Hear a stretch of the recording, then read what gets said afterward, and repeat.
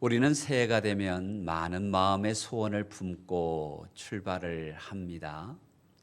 여러분, 그런 소원들이 얼마나 이루어졌을까요? 사람은 각자 소원들이 많이 있는데요. 자녀에 대한 소원, 건강에 대한 소원, 직장에 대한 소원, 또 교회를 향한 소원, 또 나라와 민족을 위해서도 많은 소원들이 있을 수가 있습니다. 성경에도 보면 소원을 가졌고 그 소원의 기도가 응답된 분들이 많이 있는데요. 여러분, 한나를 보시면 아들을 주십사라고 실로에 있는 성막에서 기도한 것을 보게 됩니다. 하나님이 그 소원을 들으시고 사무엘을 선물로 주셨죠. 히스기야는 내 생명이 얼마 남지 않았다라는 메시지를 받고 하나님을 향하여 눈물로 기도할 때에 하나님은 그에게 15년의 생명을 연장시켜 주시는 은혜를 허락하셨습니다. 여러분, 바디메오는 다윗의 자손 예수여 나를 긍휼히 여기소서라는 그 간절한 부르짖음을 통해 그가 광명한 세상의 빛을 보게 되지요. 그뿐만이 아니라 혈루병을 앓았던 여인은 예수님의 옷가를 만짐으로 그가 온전히 치유되는 믿음의 소원이 이루어진 것을 우리는 기억합니다. 성경을 보면 하나님은 소원을 이루시는 분이구나라는 강력한 믿음을 도전받게 되는 것이지요. 오늘 시편을 기록한 다윗은 그에게도 소원이 있었습니다. 어떻게 하면 내가 하나님을 잘 섬기는 사람이 될까? 하나님을 경외하는 사람이 될까? 어떻게 하면 하나님을 기쁘시게 하기 위해서 성전을 지어드리고 싶다, 하나님 앞에 봉헌하고 싶다는 소원이 있었는데 그 아들 솔로몬 때에 그 간절한 소원이 성취된 것을 보게 됩니다. 그러면서 다윗이 4절에 고백하는 말씀이 있습니다. 여호와를 기뻐하라. 그가 내 마음의 소원을 내게 이루어 주시리라. 소원을 이루어 주시는 하나님, 다윗의 하나님은 우리의 하나님, 한나의 하나님은 우리의 하나님, 히스기야의 하나님은 우리의 하나님이신 줄로 믿습니다. 성경은 더 위대한 축복을 선언합니다. 소원을 이루어 주시는 것만이 아니라 형통케 하시는 하나님이시다. 7절 말씀을 보세요.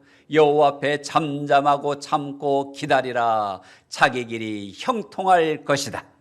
형통할 것이다. 여러분, 형통이 어떤 의미를 갖고 있습니까? 우리 몸의 혈관이 막힘이 없이 잘 순환된다라는 것입니다. 건강하다라는 말입니다. 여기에 또 다른 의미가 있는데 더해진다, 복되다, 많아진다, 창대하다라는 의미를 갖고 있습니다. 하나님 앞에 서 있는 자는 믿음의 소원이 이루어지고 형통하다. 그러려면 우리에게는 필요한 믿음이 있는데, 첫째로 마음의 소원을 이루기 위해서는, 하나님 앞에 품은 비전들이 이루어지기 위해서는 하나님을 기뻐하라. 하나님을 기뻐하라. 4절 말씀을 다시 봅니다. 여호와를 기뻐하라. 여호와를 기뻐하라. 그가 내 마음의 소원을 내게 이루어 주시리로다. 아멘. 기뻐하라 안 하건대요, 즐거워하라는 의미도 담고 있습니다. 사랑하는 성도 여러분, 믿음 안에 있는 우리여 형통한 자가 되고 소원을 이루는 자가 되기를 원하시나요? 하나님을 즐거워하십시오. 하나님으로 인하여 즐거워하십시오. 하나님을 기뻐하십시오. 하나님이 우리를 인도해 주십니다. 사실 사람들은 즐거워하는 것이 개인차가 있는 것 같습니다. 어떤 분은요, 맛있는 것을 먹으면 그렇게 즐거운가 봐요. 그래서 부산 시내에 맛집을 다 깨고 있는 분이 있어요. 또 어떤 분은요, 운동을 하면 그렇게 신나는 것 같습니다. 운동을 하면 그렇게 즐거워합니다. 근데 뭐니 해도 돈을 열심히 벌어서 저축을 해야 즐거움을 느끼는 분도 있지요, 그죠? 여러분 아무도 안 그런 것처럼 그렇게 앉아 계시네요. 돈이 많으면 안 즐거우세요? 어떤 사람은요 여행을 가면 즐겁고, 어떤 사람은 술을 마셔야 즐겁고, 어떤 사람은 일을 해야 즐거운 사람도 있고. 그런데 믿음의 사람은 여호와로 인하여 즐거워하라. 여러분 믿음이 좋은 사람들을 보세요. 예배하는 게 기다려지고, 예배하는 게 즐겁고, 교회 오는 것이 즐겁고, 섬기는 것이 감사하고, 그게 믿음 좋은 사람의 특징이에요. 여러분 지체를 섬기는 것이 즐거움이 있어요. 이것이 믿음입니다. 그래서 시편 97편은 다시 한번 강조합니다. 의인이여 너희는 여호와로 말미암아 기뻐하며. 사랑하는 백향목 성도 여러분, 우리의 믿음의 즐거움이 회복되시기를 바랍니다. 새롭게 일어나기를 바랍니다. 예배가 즐거움이 되기를 바랍니다. 섬김이 감격이 되기를 바랍니다. 하나님을 사랑하는 그 모습이 더하여지기를 바랍니다. 왜냐? 다윗을 한번 생각을 해보세요. 다윗은 임금이었습니다. 존경받는 자였습니다. 권위자였습니다. 그런데 그가 예루살렘에 하나님의 법궤가 들어올 때 신명이 나서 춤을 췄습니다. 덩실덩실 춤을 췄는데, 얼마나 기뻐서 춤을 췄는데 바지 춤이 내려가는 줄도 모르고 춤출 정도로 그는 기쁨이 있었습니다. 이것이 하나님을 예배하는 자들의 모습이어야 합니다. 감격이어야 합니다. 마지 못해서가 아니라, 억지로가 아니라, 하나님은 너무 복되고 복되고 복되신 나의 왕이시기 때문에 그분 앞에 나와 예배하는 것이 가벼운 발걸음이 되고 심령의 감동이 되고 내 삶의 은혜가 되도록 기쁨으로 예배합시다. 그래서 요엘서 2장을 보면 성경은 이렇게 말합니다. 시온의 자녀들아, 믿음의 자녀들아, 백향목의 자녀들아, 너희 하나님 여호와로 말미암아 기뻐하며 즐거워할지어다. 아멘. 믿음 있는 자가 하나님을 기쁘게 하는 것입니다. 믿음으로 하나님을 기쁘게 하는 것입니다. 믿음 있기 때문에 예배하는 것입니다. 예배할 때 하나님이 기뻐 받으시는 것입니다. 여러분, 하나님을 사랑하면, 하나님을 좋아하면, 하나님을 기뻐하면 우리의 믿음을 통해 표현되어야 할 줄로 믿습니다. 신앙의 위대한 위인들 가운데 이런 하나님을 기뻐한 자들이 많이 있는데요, 1500년대 초에 독일의 아이슬레벤 성당에서 있었던 일입니다. 찬양대가 찬양대 연습을 하고 있는데, 천주교 찬양은 그레고리안 찬양이라서 좀 6단조로 된 이 장음하고 이렇게 저음 위주의 찬양이지 않습니까? 근데 밖에서 웬 소년이 따라하는 찬양 소리가 들린 거예요. 그 리더가 무슨 일인가 싶어서 문을 열어보니까 소년이 노래를 부르고 있는 거예요. 너 뭐 하고 있니? 저는 찬양대원이 되고 싶어서 노래를 따라하고 있어요. 소년이. 리더가 물었습니다. 아니, 찬양대원은 다 어른인데 너는 아직 어린데 할 수 있다고 생각하니? 이 소년이 눈을 반짝이면서 대답했답니다. 네, 예수님을 위한 일이라면 누구든지 무엇이나 할 수 있다고 배웠습니다. 하나님이 저를 써주신다면 기쁨으로 찬양하고 싶습니다. 이런 마음, 하나님을 기뻐하며 하나님을 즐거워하는 이 마음을 가진 소년이 자라서 기독교 역사에 큰 족적을 남깁니다. 누구냐면 종교개혁을 주도했던 마틴 루터입니다. 여러분, 신앙은 인색함이나 억지로가 아닙니다. 감격이어야 합니다. 감동이어야 합니다. 기쁨이어야 합니다. 즐거움이어야 합니다. 즐거움으로 사명을 감당하고 기쁨으로 섬기고 기쁨으로 예배하고 하나님을 믿음으로 바라보십시오. 그런 자에게 이렇게 말씀합니다. 소원을 이루어 주리라. 형통케 하리라. 보통의 사람들은 내 소원이 이루어지면 기쁘다고 생각합니다. 그러나 성경은 역설적인 진리를 말씀합니다. 하나님을 기뻐하라. 내 소원을 이루어 주리라. 믿음으로 하나님을 기쁘게 할 수 있습니다. 믿음만이 하나님을 기쁘게 할 수 있습니다. 이 코비드 시대가 하나님 앞에 우리의 믿음을 새롭게 할, 하나님을 오히려 적극적으로 감동적으로 살아있는 믿음으로 섬길 수 있는 은혜의 시기가 되도록 환경을 두려워하지 말고 하나님을 기뻐합시다. 두 번째로 마음의 소원을 이루기 위해서는 하나님께 맡기자. 하나님께 맡기라. 시편 본문 37편 5절을 보면 내 길을 여호와께 맡기라. 그를 의지하면 그가 이루시고. 아멘. 여러분, 오늘 성경이 뭐라고 말합니까? 고난과 고통과 질병과 어려움과 내일을 알지 못하는 인생 길을, 나의 앞길을, 자녀들의 미래를 여호와께 맡기라.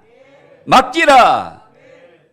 여러분, 맡기라는 말은 히브리어로 달랄이라고 하는데 우리말로 번역을 하면 돌을 굴려 보낸다라는 것입니다. 내가 지고 있는 돌을, 내가 안고 있는 돌을 그냥 내리막으로 던져버리면 그것이 굴러갈 거 아닙니까? 얼마나 쉽게 갈 수 있겠습니까? 마찬가지로 하나님 앞에 내 자녀를, 내 인생을, 나의 미래를, 주님의 교회를, 우리의 비전을, 우리의 사명을 맡깁시다. 우리는 살아가면서 많은 염려들이 있어요. 어린 자녀들은 진학에 대한 고민, 진학 때문에 성적을 고민하고 교우관계, 이런 이성의 관계들이 많은 고민거리입니다. 조금 자라고 나면 직장인들은 직장 스트레스가 있지요. 매출에 성공해야 되고 관계를 잘 해야 되고 이 직무들을 잘 감당해야 되고, 또 사업을 하는 분들은 영업의 실적이 중요하고 사업 파트너들과의 관계가 중요하고 은행의 마감도 어떻게 할 것인가, 참 힘든 일입니다. 개인적으로는 건강과 가족과 양심적 고민, 수많은 어려움들이 있습니다. 이걸 우리가 안고 간다는 거예요. 그런데 성경은 말씀합니다. 네가 안고 가지 말고 나에게 좀 맡겨라. 하나님께 맡겨라. 성경에서 맡기라는 중요한 단어들을 한 5개를 찾아봤어요. 우리 한번 보십시다. 먼저는 너의 길을 맡겨라. 두 번째는 너의 짐을 맡겨라. 너의 염려를 맡겨라. 너의 행사를 맡겨라. 원수 갚는 것을 맡겨라. 하나님이 책임지신다. 따라해 보십시다. 길을 맡겨라. 짐을 맡겨라. 염려를 맡겨라. 행사를 맡겨라. 원수를 맡겨라. 믿음이 뭐냐? 하나님께 맡기는 것이다. 맡기는 것이 우리의 믿음이다. 여러분, 믿음의 맡김에 대해서는 참 조심스러워 하는데 실제로 우리의 삶의 현장을 보면 믿고 맡기는 게 참 많은 거 여러분 아세요? 아가씨들이 심야에 택시 기다를 믿으니까 택시를 탈 수 있는 거 아니에요? 맞죠? 은행을 믿으니까 은행에다가 돈을 맡기는 거 아닙니까? 의사를 믿으니까 내 몸을 맡기고 수술을 맡기는 거 아닙니까? 기관사를 믿으니까 지하철 타지요. 비행기를 믿으니까 비행기를 탑니다. 맞지요? 참 세상에 대해서는 믿음이 좋아. 여러분, 그거 믿다가 큰 코 다치는 수가 많아요. 지하철이 방화가 일어나서 그 수많은 사람이 죽은 경우도 있었잖아요. 여러분, 비행기가 추락해서 한 사람도 생존하지 못하는 사건이 있잖아요. 그런데 우리는 다 믿어. 믿지 못할 것은 믿어요. 그러나 그것은 언제든지 변할 수 있어. 은행도 부도나잖아요. 우리의 하나님께 맡겨야 될 이유가 뭡니까? 믿어야 될 이유가 뭡니까? 변함이 없으시다. 영원하신다. 우리를 책임지신다. 우리와 함께 계신다.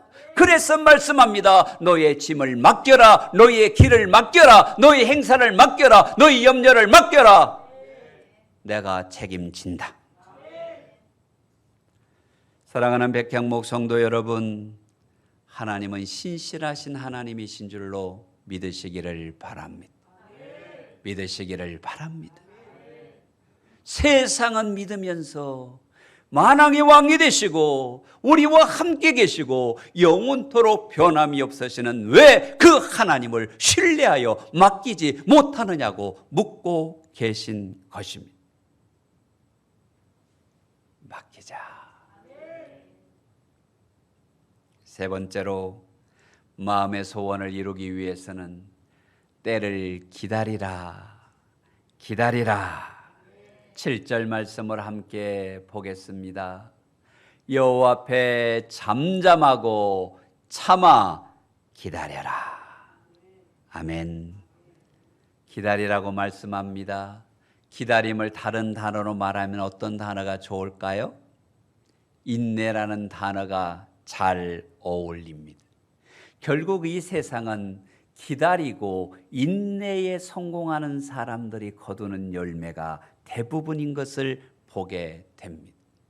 인내를 설명할 때 우리는 농부를 설명하면 참 도전이 됩니다. 여러분, 봄에 씨앗을 뿌린 농부는 기다립니다. 여름을 기다리고 가을을 기다려야 봄에 뿌린 벼씨앗이 쌀이 되어서 거두게 되는 것 아닙니까? 사랑하는 성도 여러분, 무엇을 소원하십니까? 하나님의 인도하심을 기다리세요. 하나님의 역사하심을 기다리세요.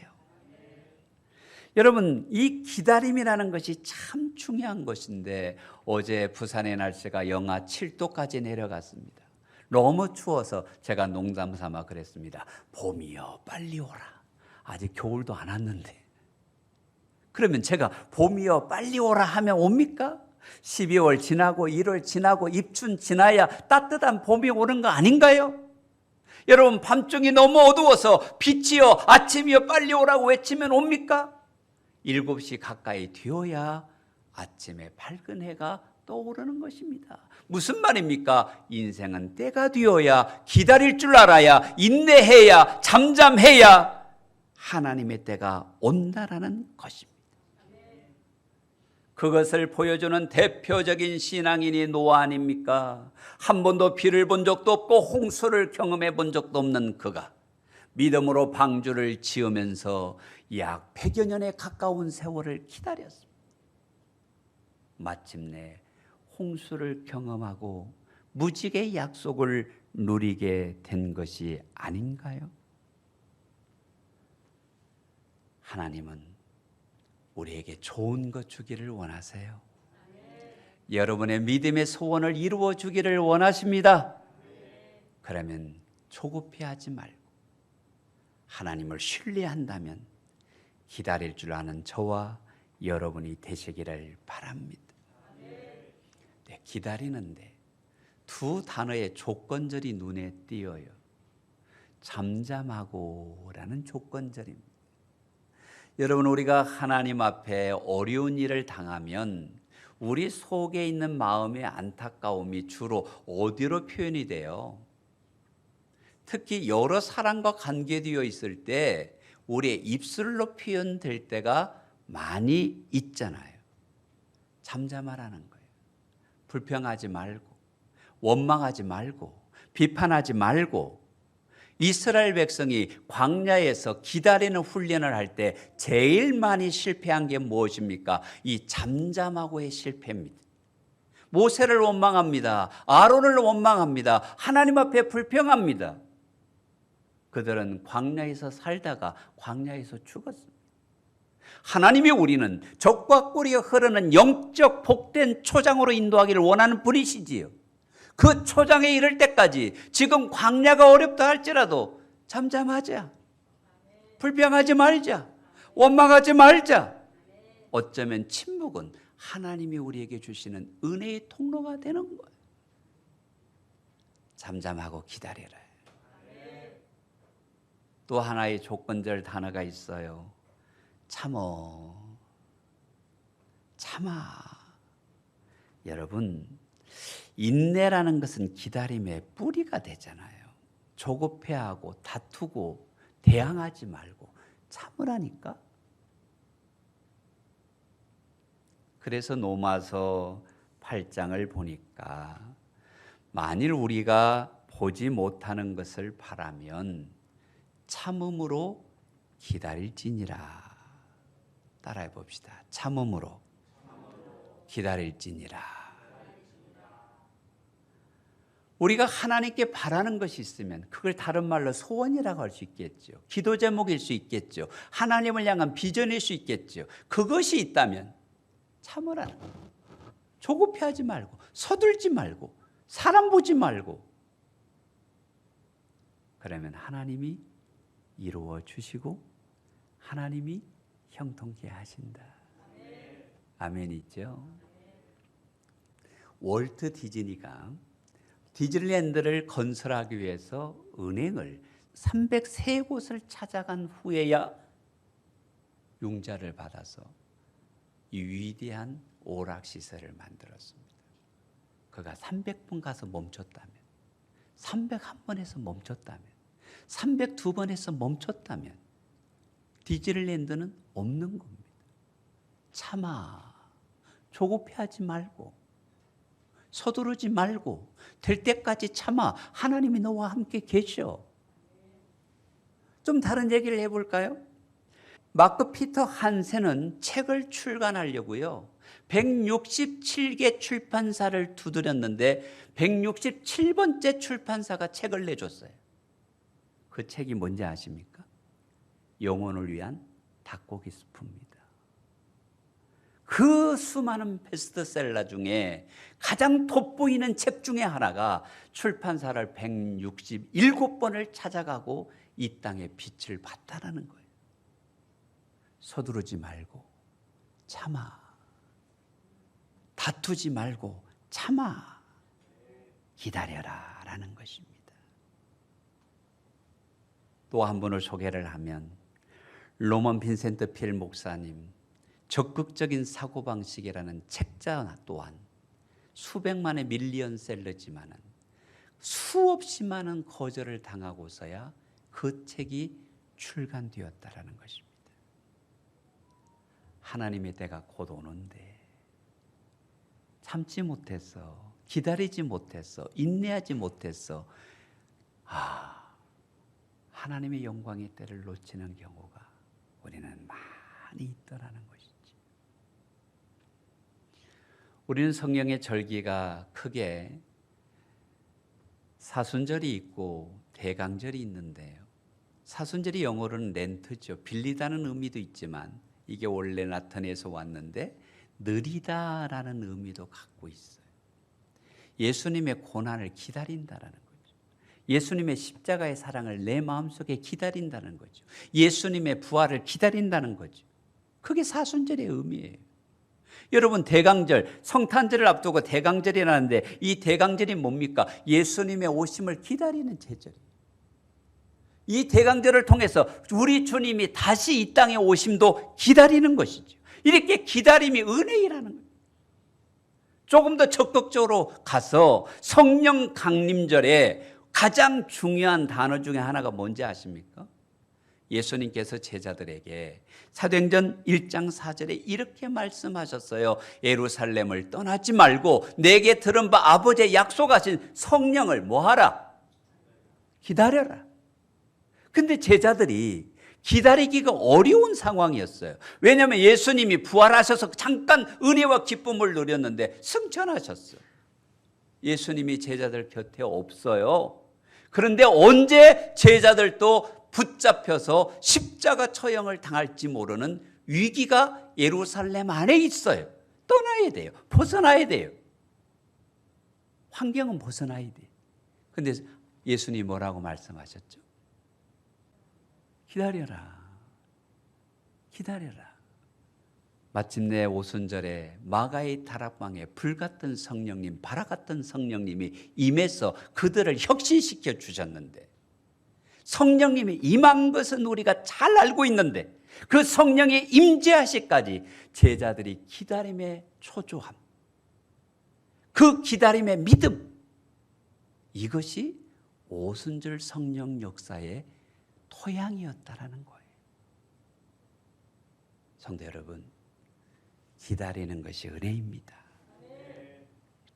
어쩌면 클레오페트레트가 이런 말을 했죠. 씨앗은 땅속에 매장을 당한다. 흙은 검고 축축하다. 땅속은 춥다. 그것은 퇴행의 상처다. 퇴행의 상처를 넘어서야 싹을 피운다.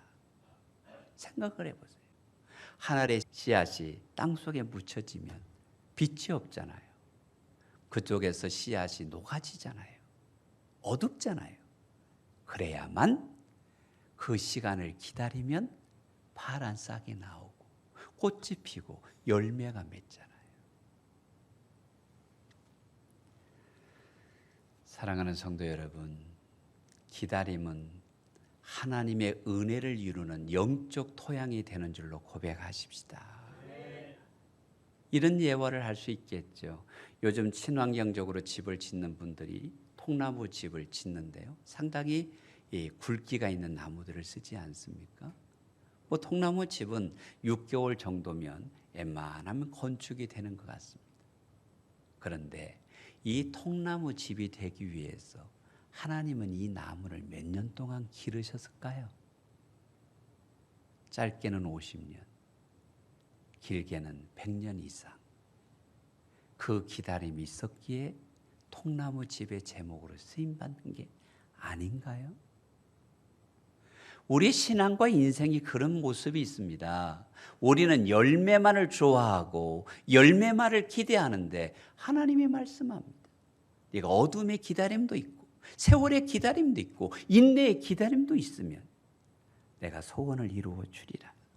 비전을 이루어 주리라. 이것이 신앙생활의 원리라는 것입니다. 근데 그 원리에서 정말 중요한 게 뭡니까? 여호와를 기뻐하라. 여호와를 의지하라. 여호와께 맡기라. 하나님 안에 있으라는 것입니다. 여러분, 우리가 하나님께 영광 돌리는 생활을 자꾸 하면 우리의 삶에 하나님의 영광이 나타나는데, 하나님의 영광을 가리는 삶이 반복되면 우리의 삶에 욕된 일이 나타나지 않을까요? 그래서 우리는 하나님을 높여야 됩니다. 하나님을 앞장 세워야 합니다. 하나님이 우리 인생에 앞서가셔야 합니다. 이걸 숫자로 한번 이야기해 볼까요? 여러분, 1이 큽니까? 0이 큽니까?